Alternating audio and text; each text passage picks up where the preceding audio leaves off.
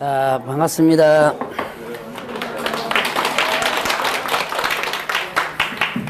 오늘 어딜 차례요?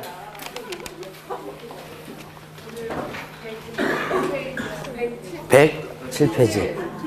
날씨가 춥긴 춥구나. 춥죠? 나오기 싫죠?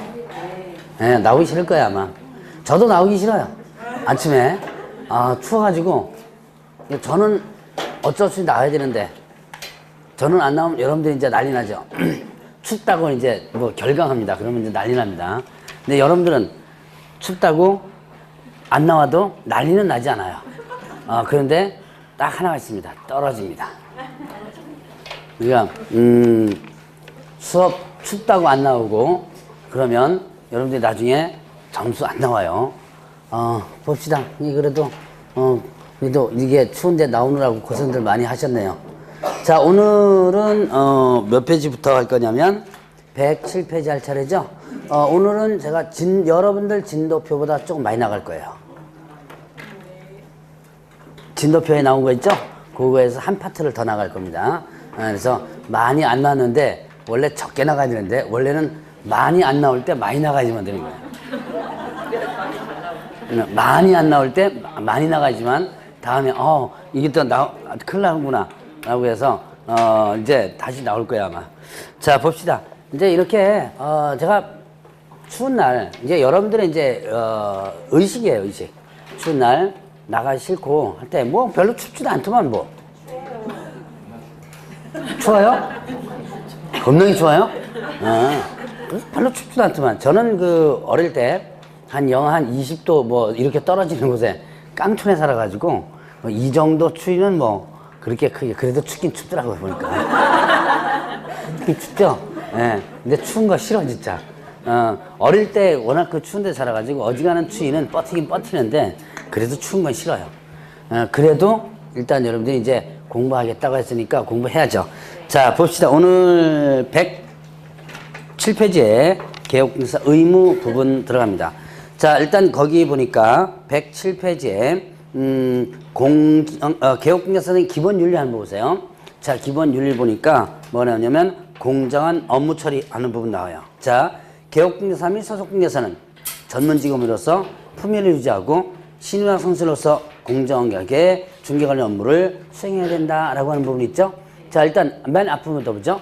자, 이런 공정한 업무 처리 의무는 누구에게 부여된 의무예요? 누구에게? 개업, 공인중개사 및 소속중개사. 그러면 중개보조는 있어요, 없어요? 없죠. 여기는 중개보조는 규정이 없죠. 자, 그 다음에 개업중개사 및 소속중개사는 어떤 사람이라고 그랬죠? 전문 직업이다. 그래서 여러분들은 뭐 때문에 여기 왔다? 전문 직업인이 되기 위해서 왔다 그랬죠. 자, 그래서는 전문 직업으로서 일단 품위를 유지하라. 이건 하나의 추상적 의무에 해당됩니다. 추상적 의무. 그러니까 품위를 실추시킨 행위를 했을 때 어떻게 이 법에서 어떻게 하겠다라고 하는 것은 없어요.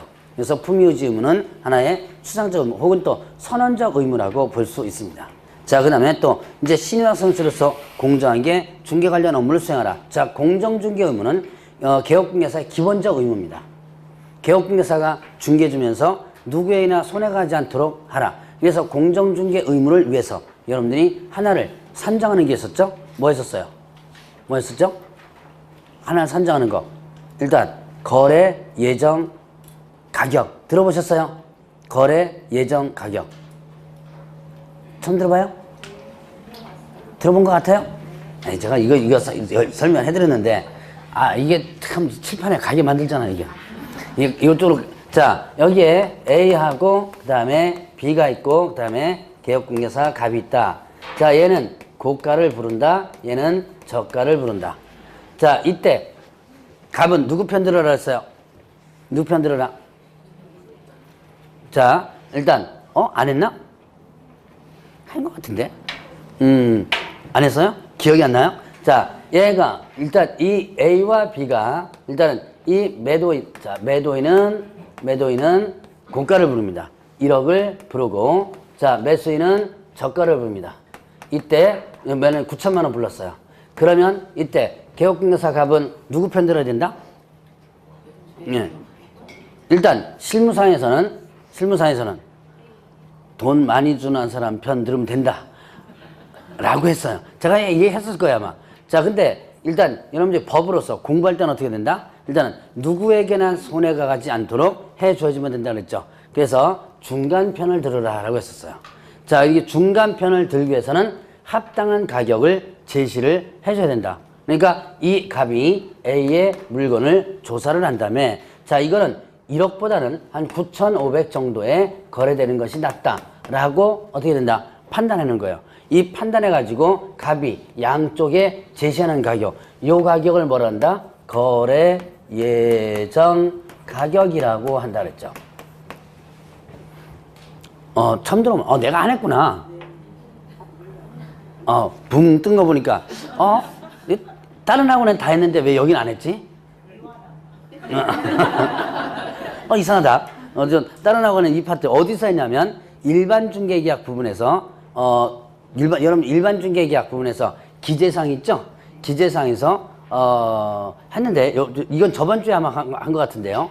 저번 주에, 이거 전화 안 했어요? 안 했구나. 저는 하는 줄 알았는데, 다른 학원은 다 했는데, 여기만 차별은 된 것 같다. 지금 하죠, 뭐. 지금 하지. 안 했으면. 자, 여러분들이 일반 중개계약에 기재사항이 있었죠? 기재사항이 보면 중개대상물의 위치 및 규모, 그 다음에 거래 예정 가격, 거래 예정에 따른 중개보수, 그 다음에 또 준수사항, 이 네 가지를 일반 중개계약서에 기재한다 그랬죠? 요거 기재사항 네 가지는 한번 제가 언뜻 얘기를 했을 겁니다, 아마. 거기에서 거래 예정 가격. 저번 주에 제가 상태가 좀 메롱이었었어요.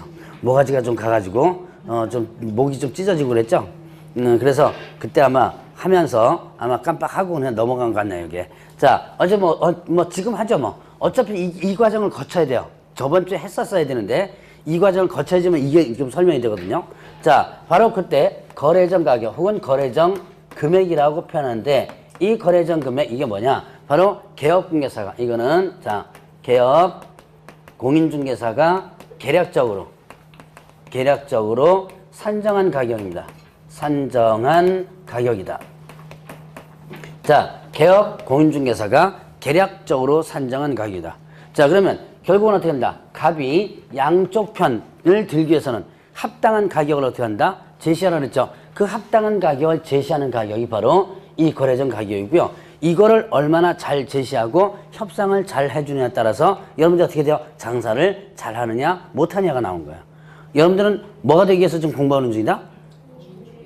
장사꾼 되기 위해서 공부한다 그랬죠? 자, 무슨 장사? 소개시켜주는 장사. 그럼 이게 결국 장사를 얼마나 잘하느냐 못하느냐는 여기에 갈려 있습니다. 자, 그럼 바로 이때 합당한 가격을 제시해가지고 양쪽을 다 협상시켜주는데 바로 이 가격을 산정한 이유는 뭐다? 바로 공정중개를 위해서다. 자, 공정중개 의무는 바로 여기서 나타난다라고 볼 수 있습니다. 자, 그래서 신의와 성실로서 공정하게 중개 업무를 수행하라라는 부분이 있습니다. 자, 그럼 여기서 여러분들이 알아둘 것은 일단 개업 공인중개사 및 소속중개사는 했습니다. 여기서는 뭐가 안 들어간다? 중개보조원이 안 들어간다는 거 기억해 보시고요. 자, 이제 그 다음에 또 뒤로 넘어가면 비밀 준수 의무가 있습니다. 자, 비밀 준수 의무 부분에서는 뭘 봐야 되냐면 개업 공개사 등, 자, 비밀, 그 다음에 준수 의무는, 이거는, 자, 개업, 공인중개사 등의 의무입니다. 자, 개업공개사 등이란 뭘 얘기한다? 개업공개사 등, 개업공개사 뿐만 아니라, 자, 여기에 등 하면 소속 공인중개사와 중개보조원. 자, 아까는 개업공개사 및 소속공개사 이렇게 했죠. 개업공개사 및 소속공개 이렇게 했는데, 여기는 개업공개사 등 이렇게 했습니다. 그러니까 여기는 소속공개사와 그 다음 뭐까지? 중개보조원까지 들어간다 그랬어요. 자, 그래서 개업공개사 등은 업무상 알게 된 비밀을 누설해서는 안 된다. 자, 업무상 알게 된 비밀이라 그랬습니다. 자, 업무상 알게 된 비밀. 그럼 업무상 알게 된 비밀이 뭐예요? 업무상 알게 된 비밀. 그 사람의 신상정보죠. 가장 대표적인 신상정보. 주소, 전화번호, 주민등록번호. 여러분이 계약서 쓸 때 대부분 주민등록번호 많이 쓰죠? 자, 그런 거. 여러분들의 신상정보는 얼마에 팔리고 있습니까? 저는 한 10원 정도에 팔릴 거예요, 아마. 여러분들은 돈이 좀 많으니까 한 20원 정도 팔릴 거고, 이제 저쪽에 강남에 뭐 현대백화점이라든가 그런 고객들은 한 50원 정도에 팔릴 겁니다, 아마. 여러분들이 뭐 CD로 해서 파는 거 여러분들 저 뉴스 한번 보셨죠? 왜? 네. 자, 그래서 저는 아마 그거 팔아가지고 맨날 스팸 전화 오죠? 그 전화 왔죠? 소용없어요. 맨날 걸어놓으니까. 여러분들은 스팸 전화 오면 어떻게 해요? 꺼놔요, 그냥? 예. 네. 그래서 그 스팸 전화가 대부분 어떻게 온다? 정보가 나중에 새나가지고 오는 거예요. 전화번호. 그러니까 무작위로 돌리는 게 아니고요. 대부분 보면 어디에선가 여러분들 인터넷 가입하죠? 뭐 하죠? 하다 보면 전화번호가 유출됩니다. 거기서 대부분 스팸 전화 와요. 자, 그러니까 개업공개사는 그러한 비밀들을 누설해서는 안 된다는 얘기예요. 자, 그러면 이때 그런 업무상 알게 된 비밀 또 뭐가 있냐면 부동산 정보 이런 것들이 있어요. 그 사람이 가지고 있는 부동산 내역. 자, 이런 것들을 누설하면 안 된다 그랬습니다. 자, 그럼 언제까지 누설하면 안 된다? 그 업무를 떠난 뒤에도 또 안 갔다 그랬어요. 자, 그 업무를 떠난 뒤에도 또 안 갔다? 이건 무슨 말이에요? 자, 내가 중개업무를 하다가 이제는 그만뒀죠. 그만둬도 업무를 하면서 알게 된 비밀을 누설해서는 안 된다는 얘기예요. 자, 그러면 결국 언제까지 누설하면 안 된다? 죽을 때까지 누설하면 안 된다. 자, 만약에 죽기 전에 누설하면 어떻게 된다? 죽기 전에 누설하면 1년 이하 징역 또는 1천만원 벌금. 자, 그러면 일단 1년 이하 징역 또는 1천만원 벌금인데 이때 요거는 특별한 제명을 갖고 있다 그랬죠? 반의사 불벌죄가 있습니다. 자, 반의사 불벌죄. 의사에 반하여 벌하지 않는 죄입니다. 의사에 반하여 벌하지 않는 죄. 자, 이건 뭐다? 피해자와 합의하면 어떻게 한다? 일단은 처벌하지 않은 거예요. 자, 피해자와 합의하면 처벌하지 않는 거. 대표적인 죄가 여러분들 뭔지 아세요? 대표적으로 폭행죄가 있습니다. 자, 폭행죄 같은 경우는 피해자와 합의하면 일단 처벌하지 않죠. 자, 그러면 명예훼손죄 이런 것들이 여기에 해당되는데 이 비밀준수 의무 위반이 이 반의사불벌죄에 해당된다라는 거. 자, 여기까지 해서 비밀준수 의무까지 여러분들 일단 구분을 해보시면 자, 이제 간단하게 개별적인 이제 기본 의무는 일단 정리가 됩니다. 자, 이제 110페이지를 보면 자, 확인 설명 및 확인 설명서 보관 의무라고 하는 부분을 보죠. 자, 여러분들이 확인 설명이란 뭐예요? 확인 설명이란 확인해서 뭐 하는 거예요? 설명해 주는 거죠. 자, 일단 확인해 가지고 설명해 주는 거다. 자, 그러면 이때 자, 확인 설명은 확인해서 설명하는 건데 이건 누가 하는 거냐면 개업 공인중개사가 합니다. 자, 개업공개사는 확인 설명 의무가 있고요. 자, 근데 소속중개사는요. 소속 공인중개사는 확인 설명 의무는 없습니다. 다만 어떻게 한다? 할 수 있어요. 얘는 업무를 직접 어떻게 돼요? 수행할 수 있죠. 자, 업무를 직접 수행할 수 있다. 그래서 여기서 보면 자, 개업공개사는 의무고 소속공개사는 의무가 아니다. 라고 하는 거 일단 구분해 보시고요. 자, 그러면 이제 보죠. 확인해서 설명한다. 자, A하고 B가 있습니다. 자, 그 다음에 갑이 있는데 자, 일단 갑은 A로부터 뭐라 하는 거예요? A로부터 팔아달라고 의뢰받죠. 그래서 A는 뭐라 그랬죠? 팔아달라고 의뢰받으니까 A를 팔아달라. 매도를 뭐 하는 사람? 예, 하는 사람. 의뢰인 이렇게 표현하죠. 자, 매도 의뢰인이에요. 그럼 B는 거꾸로 뭐겠어요?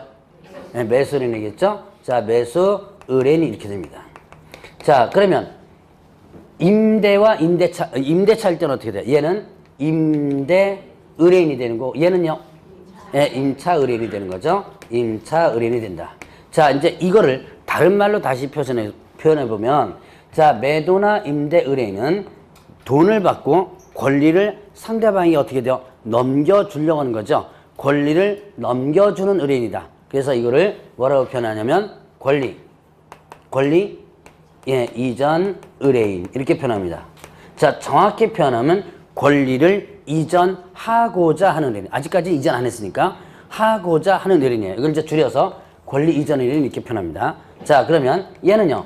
돈을 주고 상대방의 권리를 내 걸로 만들려고 하는 거죠. 그럼 얘는 어떻게 한다? 권리를 취득. 자, 얘는 권리 취득하고자 하는 의뢰인입니다. 자, 이제 용어를 하나 제가 설명드렸는데요. 자, 권리 이전을 하면 누굴 얘기한다? 매도나 임대 의뢰인이고 권리 취득을 하면 누굴 얘기한다? 매수나 임차 의뢰인입니다. 자, 이제 자주 이 용어를 아마 볼 거예요. 그러면 갑은 A의 물건을 확인해서 누구한테 설명한다?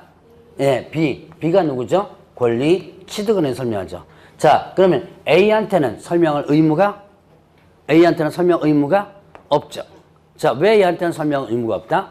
자, 직거니까 설명을 할 필요가 없죠. 자, 그러면 언제까지 설명해야 될까요? 설명해야 될 거는? 자, 설명을 언제까지 해야 돼요? 계약서 쓸 때, 계약서 쓰고 나서 설명하나요? 쓰고 나서 여기 저당권 설정됐는데요. 네, 그러면 안 되겠죠? 자, 그래서 쓰기 전에, 계약서 쓰기 전에, 그러면 계약서 쓰는 게 언제예요? 거래가 성립되는 거죠. 거래 성립은 언제다? 중개 완성이라고 그랬죠. 그래서 자, 확인 설명 언제까지 한다? 중개 완성 전까지. 이렇게 구분합니다. 자, 그러면 이제 요거를 기준 잡아서 자, 확인 설명의 시기는 언제다? 시기는 중개 완성 전까지.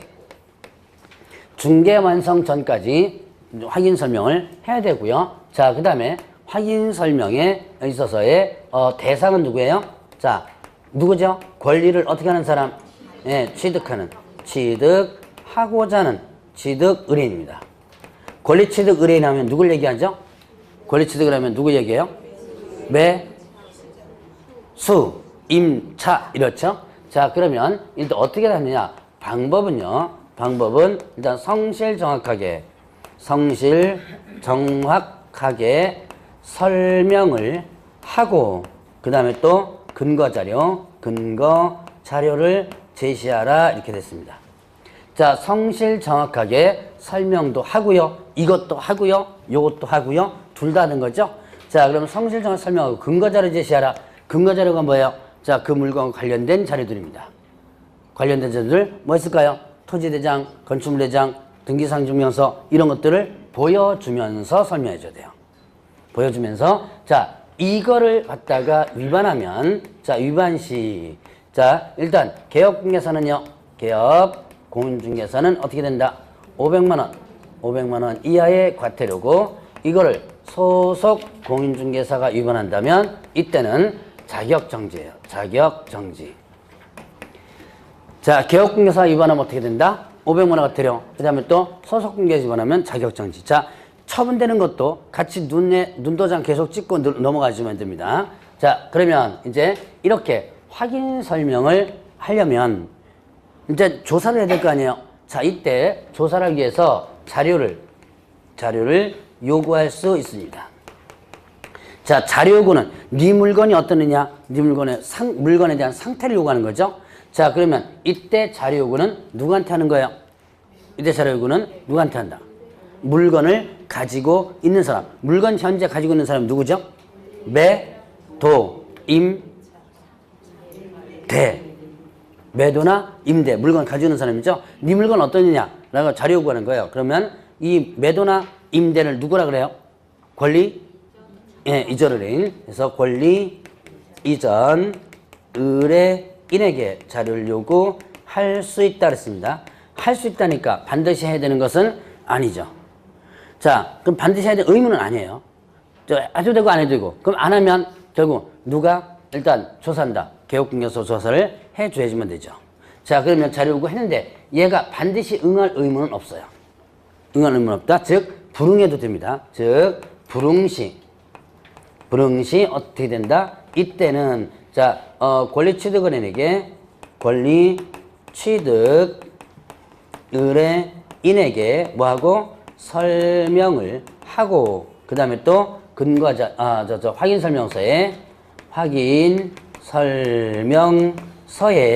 기재하라 라고 했습니다. 자, 여기까지가 이제 뭐냐면 자료 요구와 관련된 부분. 그러니까 요구는 할 수 있지만 만약에 불응하면 취득은행 설명하고 확인 설명서에 기재하라 이렇게 됐어요. 자, 지금 이런 내용들은 지금 당장 머릿속에 들어가려고 하지 말고 눈도장 한번 찍어놓고 넘어가시고요. 자, 그럼 이제 이렇게 확인 설명을 했습니다. 확인 설명했으면 거래계약이 이제 체결되겠죠. 그럼 뭘 써라? 확인 설명서를. 자, 이제 확인 설명서를 작성을 합니다. 자, 확인 설명서 작성하는데 이때 작성권자는 누구냐면 개업공개사에서 당연히 개업공인중개사겠죠. 그 다음에 누구도 작성할 수 있다? 소속공개사. 자, 소속공개사 공인중개사도 작성할 수 있습니다. 자, 개업공개사는 작성 의무가 있고 소속공개사는 의무가 있어요, 없어요? 예, 의무가 없다. 다만 할 수 있다는 얘기죠. 자, 그러면 확인설명서. 여러분들 확인설명서가 어떻게 생겼는지를 잠깐 구경 한번 하고 넘어가도록 하겠습니다.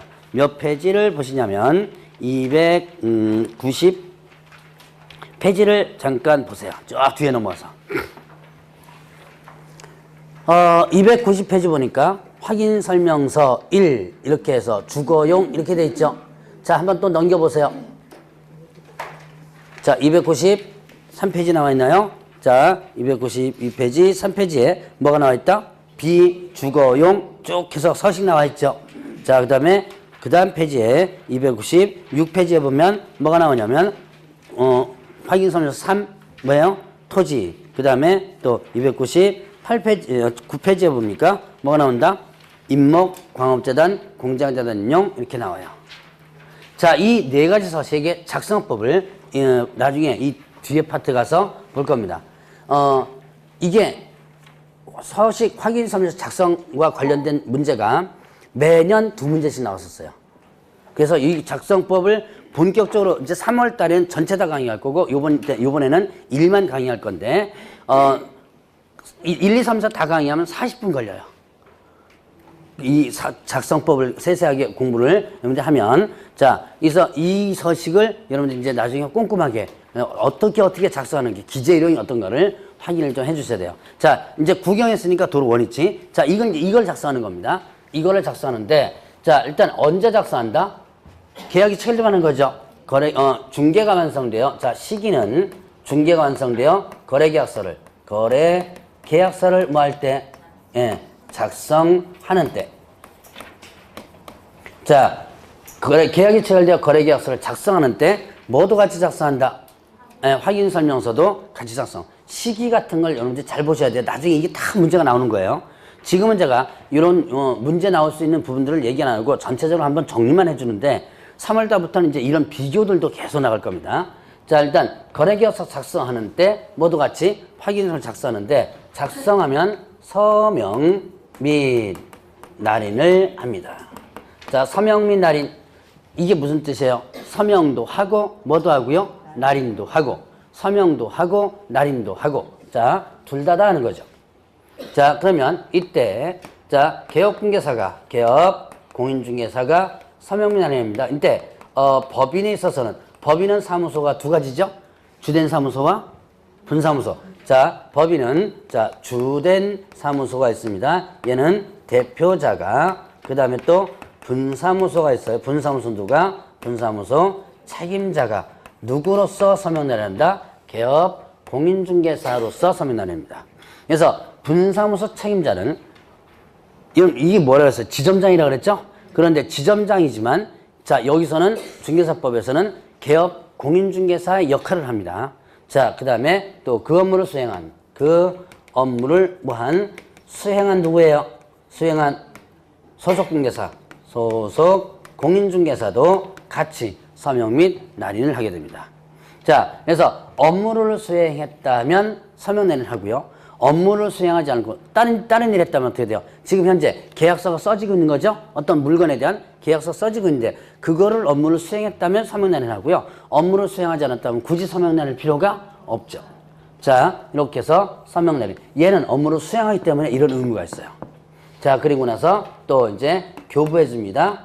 교부 누구한테? 쌍방에게 교부한다. 자, 거래당 쌍방에게 확인설명서 교부해줘요. 그 다음에 보관합니다. 몇 년간 보관하냐면 3년간 보관한다. 저번 주에 3년간 보관한다는 거 혹시 하나 배운 거 있을 텐데 기억나시나요? 3년간 보관한다. 하기야, 제가 중개사법 공부하지 말라 그랬죠? 예, 그럼 뭐 제가 대답 안 나와도 제가 할 말이 없습니다. 예, 뭐 중개사법. 자, 수업 시간에 뭐 공부하고 수업 시간 끝나면 뭐 공부하라 그랬어요? 예, 하고 있죠? 하고 있죠? 괜히 나중에 5월달 되면 제가 이제 대답 안 나오면 막 뭐라 그럴 겁니다. 제가 지금 뭐 공부하지 말라 그러니까 할 말이 없어가지고 그런데. 자, 일단 저번 주에 보면 3년짜리가 하나 있었어요. 예, 전속 중개계약서. 자, 전속 중개계약서 3년간 보관하라 그랬죠? 자, 이 확인 설명서 사본을 몇 년간? 3년간 보관하라 그랬어요. 그래서 앞으로 전서는 3년이다. 전속중개계약서와 설명서. 요거 3년간 보관한다. 자, 왜냐면 이거를 위반하면요. 자, 개업공개서는 뭐냐면 업무정지예요.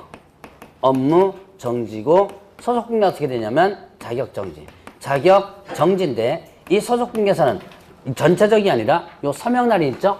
서명날인과 관련해서만 위반하면 자격정지 이렇게 돼요. 자, 일단 요까지 해서 확인설명서 작성까지 한번 구분해 봅니다. 자, 그러면 이제 확인설명과 확인설명서 작성을 봤으니까 그러면 뭐를 보느냐? 뒤로 넘어가면 거래계약서 작성이 있어요. 자, 115페이지를 보죠. 자, 이제 거래계약서. 당연히 거래계약서도 중개가 완성되면 같이 써줘야죠. 자, 거래계약서. 거래계약서를 작성합니다. 거래계약서 작성. 이것도 누가 할 수 있는 거다? 자, 개업, 공인중개사가 할 수 있고 누가 할 수 있어요? 소속공개사, 공인중개사 할 수 있습니다. 공인중개사 할 수 있는데 개업공개사는 작성 의무가 있고 그 다음에 얘는요 작성 의무가 없다. 다만 할 수 있는 거죠. 할 수 있는 거. 자, 그러면 거래계약서를 작성하는데 당연히 그 안에 있는 내용들을 빠짐없이 확인해서 기재해 줘야 돼요.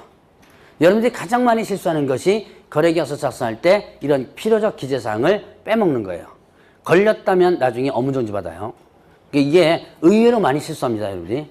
그래 놓고 나서 부랴부랴 빼먹어가지고 도로 불러다가 다시 채워놓고 막 그래 양쪽으로 채워놓고 그런 경우도 많고요. 이런 초기 때 이런 실수하는 게 많아요. 이게 좀 꼼꼼하신 분들이 나중에 중개를 계약서 쓸 땐 좀 잘 써요. 덤벙덤벙 되시는 분들은 나중에 꼭 하나씩 빠지다 보니까. 자, 일단 보죠. 필요적 기재사항이 있습니다. 자, 필요적 기재사항이 있는데, 자, 필요적 기재사항을, 자, 이거는 기초적인 부분입니다. 그래서 시험 문제 자주 나와요. 그렇기 때문에 지금부터 한번 연습하고 넘어갑니다. 자, 인물계거. 자, 여기 한번 관련되는 거 써보세요. 인물계거, 그 다음에, 자, 인권, 조설약 계속입니다. 자, 자, 동그라미 쳐보세요. 거기 뭐죠? 예, 거래 당사자, 인적사항, 물건의 표시, 계약일, 거래 금액, 계약 금액, 지급전, 지급원의 사항. 자, 이렇게 잘라고요. 인도일시, 권리적 내용, 조건이나 기한이 있는 게 조건이 기한, 그 다음에 확인설명서, 설명서 교부일자, 그 다음에 그 밖에 약정 내용. 자, 이거는 여러분들 이제 이렇게 해서 기억을 해놔야 되는데 지금 당장 암기하려고 하지 마세요. 그리고 제가 늘 얘기하죠. 자, 저번에도 아마 살짝 얘기했을 거예요. 이렇게 하는 거 주수단이 되면 안 된다. 여러분들 앞글자 따서 암기하는 거 있죠? 이게 주수단이 되면 안 돼요. 보조적 수단이 돼줘야지만 됩니다. 이거를 아마 한 5월달, 6월달, 7월달까지 지겹게 들을 거니까 하다 보면 머릿속에 남아요. 자, 다시 한번 뭐죠? 자, 일단 책 보면서 한번 인적사항, 물건의 표시, 계약일, 거래 금액, 계약 금액, 지급자는 지급원의 사항, 인도의 권리적 내용, 조건이나 기한이 있는 게 조건이 기한, 설명서 교부일자, 약정 내용 이렇게 되죠. 자, 이거를 빠짐없이 확인해서 기재를 해줘야지만 됩니다. 자, 그러면 이제 이렇게 기재하고 나서 뭐 한다? 서명 및 날인이요. 자, 확인 설명서에 보세요. 서명 및 날인이죠. 여기에도 어떻게 돼요? 서명 및 날인이죠. 자, 두 개 다 서명도 하고요, 날인도 합니다. 그리고 서명 및 날인은 요 내용이 그대로 똑같이 들어와요. 그게 확인 설명서 서명 날인과 그다음 어떻게 돼요? 거래계약서 서명 및 날인이 같아요. 자, 일단 뭐죠? 개업공개사가 서명 및 날인하는데 이때 법인에 있어서 주된 사무소 누구? 대표자. 분사무소 누구다? 책임자가.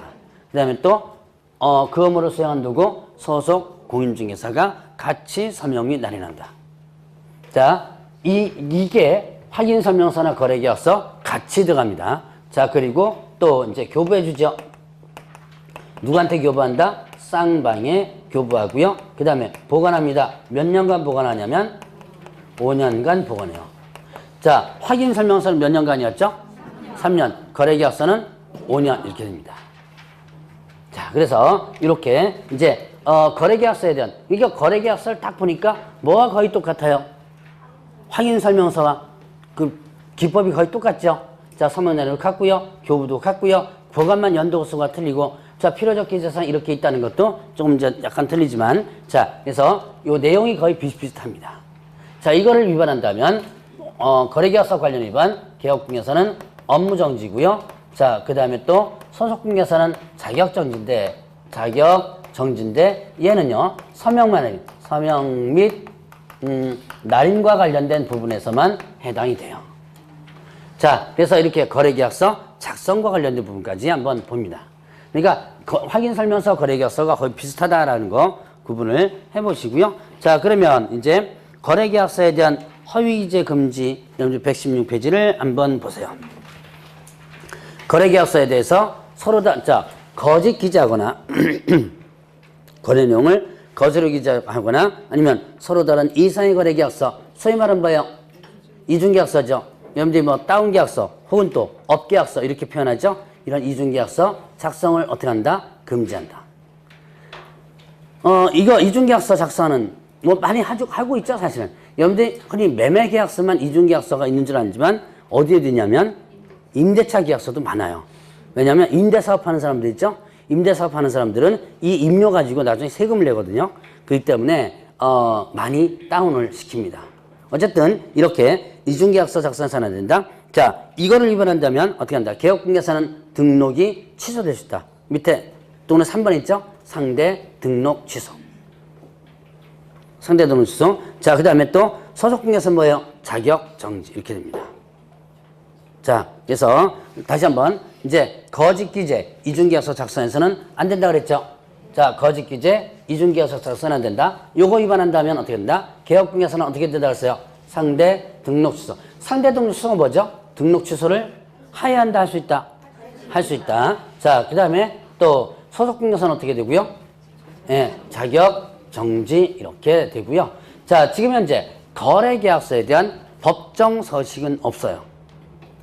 표준 서식. 국토교통부 장관이 정한 표준 서식이 없는데 다만 국토교통부 장관이 표준 서식장에서 사용을 권장할 수 있다라고만 되어 있고요. 지금 현재 뭐 국토교통부령에 어떤 표준 서식이 있거나 이런 내용은 없다. 자, 그러면 이제 117페이지로 넘어갑니다. 그거 보니까 손해배상 책임과 업무부정 설정 의무 있죠. 손해배상. 자, 개업공개사가 중개인을 하다가 손해를 의뢰인에게 나게 했죠. 그럼 어떻게 한다? 손해배상 책임이 있다라는 게 이제 이때 손해배상에 대한 기본적인 내용이에요. 자, 그러면 여러분들이 118페이지로 보면 손해배상 요건이 있어요. 자, 이제 손해배상 요건부터 한번 보도록 하겠습니다. 자, 일단 손해배상 요건에서 가장 먼저 나오는 것이 뭐냐면 고의 또는 과실이에요. 자, 무슨 행위를 함에 있어서 중개 행위를 함에 있어서 고의 또는 과실로. 자, 중개인을 함에 있어서 고의 또는 과실로 의뢰인에게 손해를 끼쳤을 때. 만약에 자, 중개인가 아닌 것이라면 어떻게 돼요? 중개인가 아니라면 이 법상의 손해배상 책임이 있다 없다? 없다. 그러면 물론 중개인가 아닌 거. 여러분들 이제 저번 주에 중개인가 아닌 거 한번 배웠죠? 예를 들어서 분양대행이라든가 관리대행이라든가 이런 거. 자, 이런 것들에 대해서 만약에 손해를 끼쳤다 그러면 그럴 때는 어떻게 된다? 일단 이 법상의 손해배상 책임이 없어요. 그럼 당연히 이 법상의 손해배상 책임이 없다 해서 손해를 배상 안 하는 건 아닙니다. 민사상 책임을 일단 지죠. 손해배상 책임은 민사상에 대한 청구입니다. 그러나 이 법과는 상관이 없다는 얘기예요. 자, 그러면 일단 중개를 함에 있어서 고의 또는 과실인데 이때 이 과실은 두 가지로 나누죠. 경과실과 그 다음에 또 뭘로? 중과실. 자, 여러분들이 민법에서 많은 부분에서 듣는 얘기가 중대한 과실일 거예요. 뭐 중대한 과실로 우쩌저쩌 하면 이때는 과실 중에서 중대한 과실만 중과실만 확인되고 자, 경과실은요. 이거는 해당이 없어요. 그런데 그냥 과실이라고 표현한다면 이때는 어떻게 된다? 이때는 뭐까지? 경과실. 아주 가벼운 과실까지도 포함이 됩니다. 자, 그래서 이 과실은 여기까지가 포함된다는 거. 자, 이렇게 해서 손해를 끼쳤을 때 이때 이런 고의과실은 누구의 고의과실까지 들어가요? 개업공개서뿐만 아니라 고용인의 고유과실까지가 포함이 되죠. 자, 그 다음에 또 하나 더 있습니다. 자, 자기 사무소를 어떻게 돼요? 타인의 중개 행위에 사용하도록 했을 때 내 사무실을 다른 사람의 중개의 장소로 제공했다 라고 한다면 그럼 결국 어떻게 된 거예요 이게 지금? 그럼 어떻게 된 거죠? 사무실을 한 거예요? 뭐 한 거예요? 빌려준 거죠. 빌려준 거. 그럼 나는 중개인이 안 했죠. 나는 중개인이 했는데 누가? 그 빌려 받은 사람이 중개인을 했죠.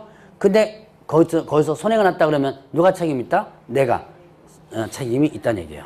그래서 제가 저번 주인가요? 자, 양도대여 하는 부분에서 한번 얘기했었죠. 사실 뭐 자격 취소되고 형벌 받고 그것도 중요하지만 사실 더 중요한 것이 나중에 보면 손해배상 책임과 관련된 부분이다라고 했었어요. 자, 그래서 이렇게 다른 사람에게 사무실을 내줘가지고 하면 안 된다는 얘기예요. 자, 요 두 가지가 손해배상 요건입니다.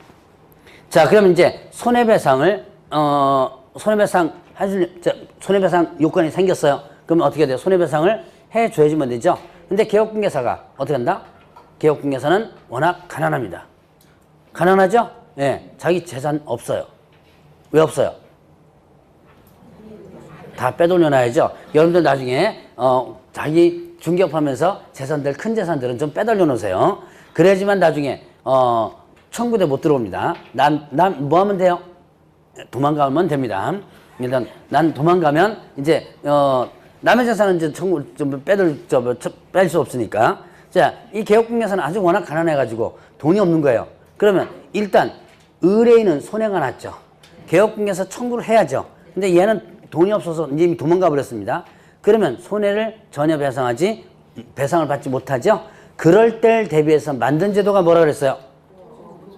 보험이 아니다 그랬습니다. 자, 보증보험 여기서는 보험이라고 여러분들 생각하지 말고요. 자, 뭐다? 업무보증. 자, 업무보증 설정 제도입니다.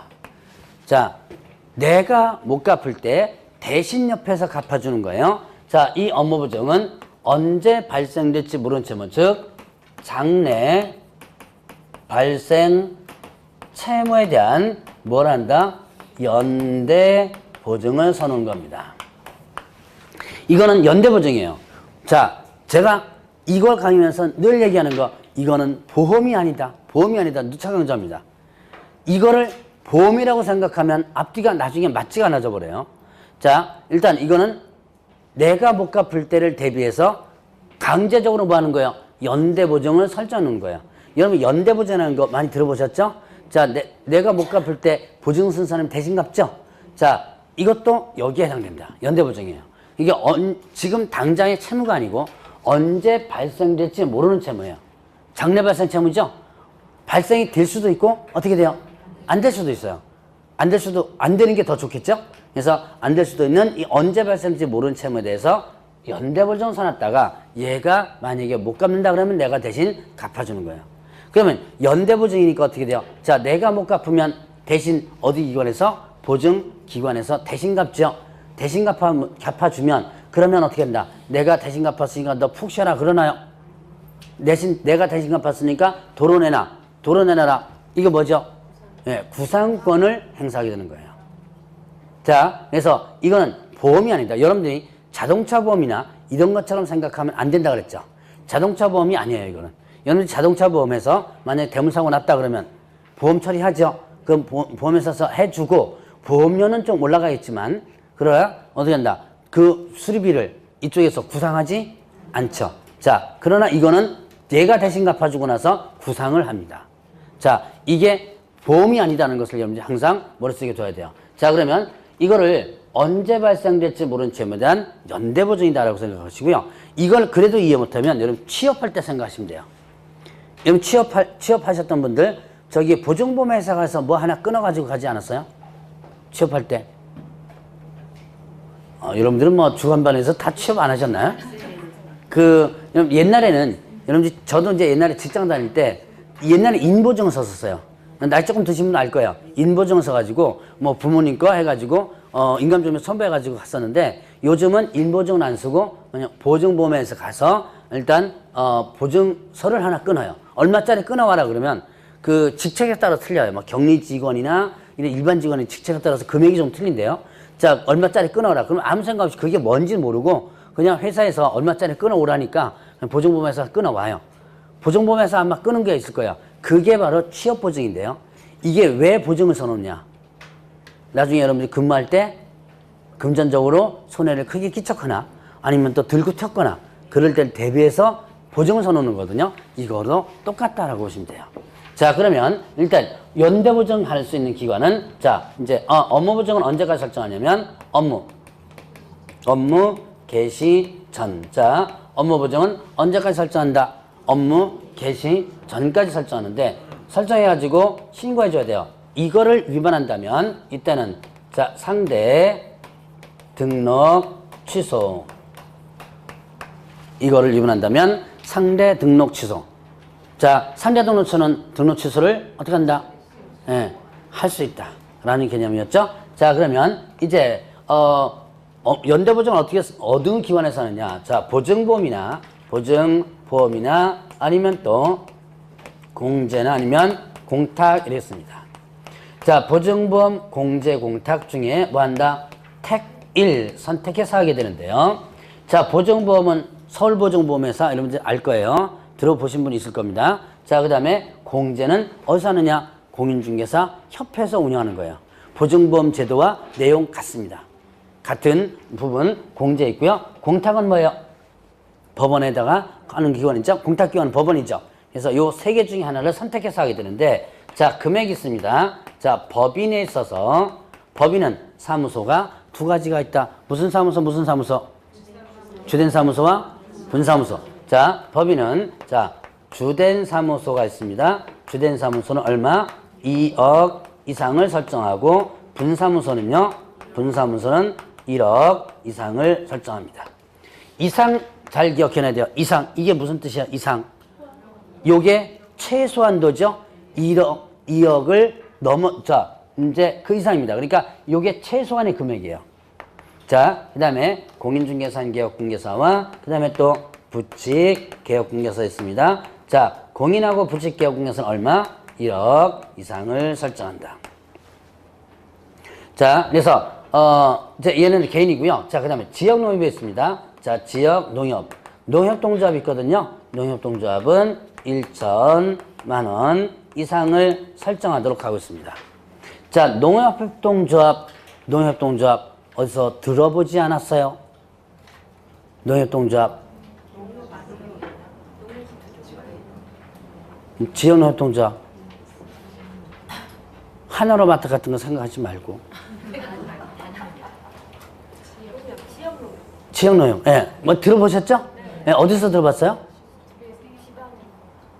시골에 있는 거? 예, 그건 단위농협 같은 거 있죠? 저한테 혹시 안 들어봤어요? 했어요. 이건 진짜 했어요. 첫 번째 시간에. 자, 지역농협동조합, 지역산림조합, 산업단지관리기관, 자산관리공사 이런 거 있었다는 거 혹시 들어봤나요? 예. 이게 뭐였죠? 예, 특수법인. 다른 법률에 의해서 중개업을 할 수 있는 법인 있었죠? 아, 이제 기억나죠? 요번 주가 몇 주째죠? 4주째인가요? 예, 4주째니까 까먹을 때 됐어요. 예, 제가 좀 뭐 잊어버려. 어차피 여러분들은 까먹어요. 까먹는다고 괜히 열받지 마시고, 괜히 까먹는다고 열받기 시작하면 오래 못 삽니다. 여러분들 이거 뭐 때문에 공부하는 거예요, 이거? 여러분들 공인중개사 공부 왜 해요, 이거? 하는 이유. 제가 목적을 가지라 그랬죠? 예, 첫 번째 시간에 제가 얘기했을 거예요. 공부를 왜 하는지 목적을 하죠. 여러분들 왜 한다 그랬어요? 일단 잘 먹고 잘 살자고 그러는 거죠, 왜? 자기 따서 돈 벌어서. 근데 괜히 뭐 잊어버린다고 스트레스 받고 그러면 열받으면 오래 못 살아요. 공인중개사 공부하다 오래 못 살면 안 되잖아요. 이게 열받지 말고 어차피 다시 까먹으면 다시 기억하면 됩니다. 자, 이 농협동조합은 특수법인, 다른 법률에 의해서 중개업을 할 수 있는 법이네요. 근데 얘네들도 일단 업무보증 설정했는데 얼마만큼? 1천만 원 이상만 설정하면 됩니다. 자, 이 금액을 보증보험이나 공제는요, 이거는 연대보증을 써놓는다 그랬죠? 연대보증을 써놓는 건데 그런데 이거는 이 금액을 통째로 집어넣는 게 아니라 내가 이 금액 범위 내에서 연대 보증을 해줄 테니까 돈 내놔 이런 거예요. 그래서 연대 보증률을 일단 받습니다. 보통 1년에 0.25%라는 금액을 받아요. 자, 1억이면 0.25%가 얼마예요? 1억에 0.25%. 빨리 계산해야 돼요. 저는 계산 안 해도 되거든요. 자, 25만 원이죠? 자, 25만 원을 주면 어떻게 한다? 내가 1년 동안 약속된 기간 동안 중개행위에 대해서 1억 범위를 연대보증해 주겠다. 한 해만 연대보증해 줘. 한 번만 연대보증을 해 주는 거예요. 자, 그러면 자, 이렇게 연대보증을 서주는데 연대보증 서주는데 공짜가 아니고 어떻게 한다? 네, 돈 받고. 그러니까 얘네들이 하는 일이 뭐예요? 연대보증 장사예요. 보증보험회사의 주 역할은 연대보증 장사입니다. 자, 그러니까 이렇게 25만 원씩 받아가지고 싸놨다가 사고 안 나면 어떻게 돼요? 사고 안 나면 25만 원 내 거죠? 회사 겁니다. 그래서 사고 막 계속 나면 25만 원 싸는 돈에서 계속 나가죠? 사고 계속 터지면 이 회사 망하는 거예요. 그래서 옛날에 망한 회사가 하나 있죠. 대한보증이라고 있었어요. 지금 서울보증이 합병됐는데 그게 이제 거기는 또 사고가 많이 나가지고 돈 계속 쓸어박다 보니까 망하게 된 거죠. 자, 그래서 사고 안 나면 이 회사가 이제 돈 버는 거. 이런 장사하는 데가 바로 보증보험회사예요. 자, 그러면 사고 나면 어떻게 돼요? 돈 주고 구상권 행사한다 그랬죠? 근데 자, 법적으로는 구상권 행사합니다. 근데 구상이 잘 돼야 안 돼요. 벌써 샷다 문제 튀고 막 그러죠? 구상이 잘 안 됩니다, 이게. 어쨌든 자, 이렇게 하는 거고요. 자, 공탁은요 어떻게 한다? 이 금액을 통째로 집어넣는 거예요. 통째로 집어넣고 이제 나중에 청구들은 빼줍니다. 자, 그래서 이 공탁을 개업공개사가 거의 안 해요. 1억을 통째로 집어넣어야 되거든요. 또 안 하는 이유가 공탁은 사망하거나 아니면 또 뭐 한다면 폐업한다면 3년간 뭐다? 회수가 금지됩니다. 사망하거나 폐업하면 몇 년간 회수가 금지된다? 3년간 회수가 금지다. 왜 금지시키느냐? 사고 날 때를 대비해서 예를 들어서 17년 12월 31일까지 영업을 하고 18년 1월에 폐업을 합니다. 폐업을 하는데 폐업하자마자 이 공탁금을 도로 싹 빼간다면 17년도에 중개인이 한 것 중에서 사고가 18년도에 나는 경우가 있죠? 그럼 빼나가 못 하잖아요. 그래서 3년 동안 묶어두는 거예요. 자, 그래서 요까지가 업무보증 설정과 관련된 기본적 내용이에요. 자, 그러면 업무보증 설정에서 이제 신고하고 영업을 합니다. 영업을 하는데 보증을 자, 변경하고자 할 때, 자, 보증을 변경하고자 할 때, 변경하고자 할 때 이때는 효력이 있는 기간 중에 변경하고 신고하라 라고 했습니다. 변경하고 신고하라. 효력이 있는 기간 중에 변경하고 신고하라. 자, 그러면 이제 보죠. 보증을 변경하고자 합니다. 보증을 변경하고자 해요. 자, 여기에 지금 1월 1일부터 12월 31일까지 뭐를 설정했냐면 보증, 보험을 설정했습니다. 자, 1월 1일부터 12월 30일까지 보증보험을 설정하고 영업하고 있는 와중에 5월 달에 뭘로 바꾸냐면 공제로 바꾸고자 하는 거예요. 이게 이제 변경하고자 하는 겁니다. 근데 분명히 보증보험으로서 지금 하고 있죠. 있는데 중간에 바꾸고 이렇게 중간에 바꿀 수 있어요. 자, 이럴 때 효력이 있는 기간 중에 변경하는 얘기는 자, 보증보험을 해지하고 공제에 가입하는 게 아니라 공제에 가입해가지고 뭐 하고 나서 신고를 하고 나서 보증보험을 해지하는 얘기예요. 자, 이렇게 중간에 바꿀 수도 있습니다. 자, 그러면 또 이제 보증이 만료되면 언제까지? 자, 만료일까지 뭐 한다? 다시 설정해서 뭐하라? 신고하라 라고 했습니다. 자, 이 보증 만료는요 뭐만 해당되냐면 보증보험과 공제만 해당돼요. 왜? 얘는 보통 기간을 정한다 그랬죠? 1년이면 1년 단위로 정하는 거예요. 기간을 정한 다음에 그 약속된 기간에만 보증해 주는 거예요. 그럼 약속된 기간이 지나면 보증할 게 없죠? 그러니까 계속 보증을 설정해 줘야 되는 거예요. 근데 공탁은 어떻게 돼요? 돈을 통째로 집어넣고 있죠? 뺄 때까지는 만료되지는 않는 거죠. 자, 그러면 일단 만료일까지 설정해서 신고하라 라고 했습니다. 이 예를 한번 들어보면, 자, 여기에 2017년 1월 1일 날부터 12월 31일까지 뭐를 설정했냐면 보증보험을 설정했습니다. 자, 그러면 보증보험회사에서는 언제부터 언제까지만 연대보증해주고 있어요? 예, 17년 1월 1일부터 12월 31일 요 사이에 중개 행위를 한 것에 대해서만 연대보증해주고 있는 거죠. 자, 그러면 만약에 18년 자 1월 1일부터는 어떻게 돼요? 이 보증보험에서 연대보증을 안 해주셨죠. 약속된 기간이 지났으니까. 그러니까 이때부터는 다시 설정해야 되는 거예요. 새롭게. 그래서 1월부터 12월 31일까지를 다시 설정하는데요. 이때는 다른 걸로 바꾸어도 됩니다. 예를 들어서 공제로 가입해도 되는 거예요.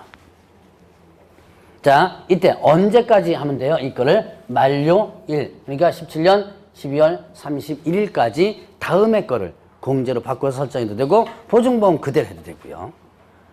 자, 그러면 이제 이렇게 해서 만료일까지 다시 설정해 신고하라 라는 게 요 뜻이고, 자, 그러면 이제 중개가 완성되면 거래 당사자 쌍방에게, 자, 다시 한번 물어보겠습니다. 중개 완성이 어떤 시점이었죠? 계약 작성할 때, 즉 이게 뭐예요? 계약 체결할 때죠. 자, 중개가 완성되면 쌍방에게 보증에 대해서 설명하고, 그 다음에 또 증서사본을 뭐한다? 교부해줘야 돼요. 내가 어디다가 들고 있고 보증기관 기간 언제부터 언제까지, 그 다음에 또 금액 소재지 이런 것들을 설명합니다. 설명하고 복사본 한 장을 교부해줘야 돼요. 전자문서로도 가능합니다. 받았어요? 증서사본 받았어요? 못 보신 분들 의외 많더라고요. 근데 계약서가 있고 확인설명서가 있고 그 뒤에 복사본, 공제증서 해가지고 복사본 하나가 붙어 있을 거예요. 아마 다 있을 거예요. 이거 만약에 안 해주면요 100만 원 이하의 과태료예요. 의외로 안 해주는 사람 가끔 있거든요. 이거 안 해주면 어떻게 됩니다? 100만 원 이하의 과태료. 자, 이거 왜 이렇게 설명도 해주고요 사본 교부해 줄까요? 이유. 예, 사고 나면 어디 가라고? 여기 가라고. 그러니까 내가 사고 났을 때 손해배상을 받을 수 있는 기관을 어떻게 돼요? 알려주는 거예요. 자, 그러면 이제 이렇게 해서 세 가지 한번 봤고, 자, 그러면 이제 손해배상 청구하는 부분을 보죠. 자, 여러분들 교재에 보면 보증보험금 또는 공탁금의 지급과 보전하는 부분 있죠? 자, 그 내용을 한번 보도록 하겠습니다. 자, 일단 보죠. 여기서는 이제 손해배상, 지급과 보전인데, 여기서는 제가 손해배상을 청구한다, 뭐, 이렇게 한번 제목을 한번 다시 잡아보죠. 자, 일단 손해배상을 청구하는데, 의뢰인이 손해가 났죠? 의뢰인이 손해배상 청구합니다. 자, 의뢰인이 누구한테 직접 간다? 보증기관에 직접 가는 거예요. 자, 의뢰인이 보증기관에 직접 가가지고 돈 달라고 하면 됩니다. 근데 자, 보죠. 개업공개서, 공인중개사는 개업공개서는 얼마 이상 설정해요? 예, 1억 이상을 설정하죠. 자, 그럼 1억 이상이니까 대부분 얼마 설정해요? 예, 1억을 설정합니다. 자, 그러면 1억을 설정한 기관이 있습니다. 개업공개사가 1억을 설정했어요. 근데 판결문이 1억 5천짜리 판결문 나옵니다. 이 1억 5천짜리 판결문을 가지고 1억 한 대 갑니다. 얼마 줘요? 1억만 주죠. 왜 1억만 줘요? 자, 내가 약속된 금액 범위가 얼마예요? 네, 1억이죠. 그렇기 때문에 1억만 주고 5천만 원은 보증기관에서 안 줘요. 내가 약속된 금액이 1억밖에 약속 안 했기 때문에 5천만 원 이거 없어지나요? 안 없어질까요? 안 없어지죠. 이거는 개업공개사가 개별적으로 책임을 져줘야 되는 부분이에요. 근데 현실적으로는 사실 못 받아요. 그러나 어쨌든 법적으로는 소멸되는 금액이 아니고 개업공개사가 직접 책임을 져줘야 되는 부분이다. 자, 그러면 이제 1억을 했든지 만약에 5천만 원 했든지 간에 1억을 하든지 뭐 5천만 원을 배상해 주든지 배상을 해줍니다. 3천만 원을 배상해 줘도 마찬가지예요. 자, 보증보험과 그 다음에 또 공제는요. 공제는 이렇게 배상을 해주게 되면 내가 할 일이 끝나요. 한 건에 대한 연대보증을 쓴 거죠. 그래서 이게 꼭 1억, 뭐 예를 들어 1억까지 설정했으면 3천만 원 배상했으면 7천 원이 남는다 이게 아니에요. 얼마 받고 지금 내가 연대보증 해주고 있어요? 1억이면 얼마 받고? 예, 그 25만 원은 딱 1억에 대한 금액이 아니라 1억 범위에 대한 금액이에요. 그래서 내가 3천만 원 배상해줬다 하더라도 나는 역할이 끝난 거예요. 자, 그러면 보증보험과 공제는 어떻게 한다? 이때는 역할이 끝났기 때문에 다시 가입해줘야 돼요. 다시 가입을 해줘야 되고, 그 다음에 공탁은요? 공탁은 자, 1억을 설정하고 있는 와중에 1억 설정 와중에 어떻게 된다? 자, 예를 들어서 5천만 원 빼먹었죠? 빼먹었으면 얼마 남아요? 네, 5천만 원이 남죠? 그럼 그걸 부족한 거 채워놓으면 되겠죠? 그래서 부족한 금액을, 자, 부족한 금액을 뭐 한다? 보전한다. 이건 며칠 이내 하냐면 15일 이내. 자, 공탁은 채워놓으면 되어 있고요. 보증보험 공제는 다시 가입하라 그랬어요. 효력이 없어지니까. 자, 이거를 다시 위에 있는 그림으로 다시 한번 설명합니다. 자, 2017년 5월 달에 중개 행위가 있었습니다. 작년 5월 달에 중개 행위가 있었던 거예요. 근데 그 뒤에 사고가 뻥 터졌어요. 그래서 개업공개에서 싸우다가 2018년 5월 달에 뭐가 판결문이 나왔습니다. 판결문 나온 거예요. 자, 18년 5월 달에 판결문을 들고 갑니다. 의뢰인이 가서 손해배상 청구해줘야죠. 어디로 갈까요? 공제로 갈까요? 보증보험으로 갈까요? 네, 보증보험으로 가죠. 왜 보증보험으로 가요? 중개 행위가 있었던 때가 언제예요? 보증보험 설정했을 때죠. 그리고 의뢰인은 중개가 완성되면 주라 그랬죠. 뭘 받았어요? 증서사본. 자, 뭘 받았어요? 보증보험성 증서사본을 받은 거예요. 그러니까 이제 이 의뢰인은 비록 사고가 최종적으로 판결이 여기 났든지 여기 났든지 상관없이 처음 중개 얘기가 있었던 이쪽으로 가는 거예요. 가서 돈을 달라면 이제 주겠죠? 주고 나면, 자, 이제 효력이 없어져요. 어디가 효력이 없어지는 거예요? 예, 보증보험. 이거의 효력이 없어져 버린 거예요. 나는 역할 다 한 거죠. 한 건에 대한 연대보증이었죠? 나는 역할 다 한 거예요. 그러니까 이거 효력이 없어집니다. 그래서 어떻게 하라? 그 보증보험을 다시 어떻게 해라? 가입하라. 자, 지금 몇 년도인데요? 18년도죠? 근데 언제 걸 다시 가입해야 된 거예요? 예, 17년도 거를 다시 가입해줘야 돼요. 며칠 이내? 15일 이내. 왜 17년도 걸 다시 가입해줘야죠? 5월 달에 이 사람뿐만 아니라 6, 7, 8월 달에 또 중개해준 거 있었죠. 그게 만약에 사고 나면, 자, 보증보험회사 갑니다. 달라 그러면 줘야 안 줘요? 안 주죠. 나는 한 건에 대한 약속은 지켰죠. 그러니까 안 주는 거예요. 그러니까 그걸 대비해서 어떻게 한다? 보증을 다시 설정을 해야 되는 거예요. 이걸 이해를 잘 못하더라고요. 만약에 그러면 또 했는데 또 사고 났어요. 그러면 어떻게 돼요? 또 해요. 또 여기서 10건 있으면 10번 해야 돼요. 10번. 10건의 사고가 개선했으면 10번을 갖다 다시 해줘야 되는 거예요. 자, 요게 며칠이나 한 거다? 15일. 자, 요까지가 업무보증 설정과 관련된 부분이에요. 자, 그러면 이제 기초적인 내용들. 이 정도면 여러분들이 아마 거의 다 보증과 관련된 내용을 다 배운 거예요. 제가 아마 강의한 게 딱 2개 빼놓고는 다 강의했습니다.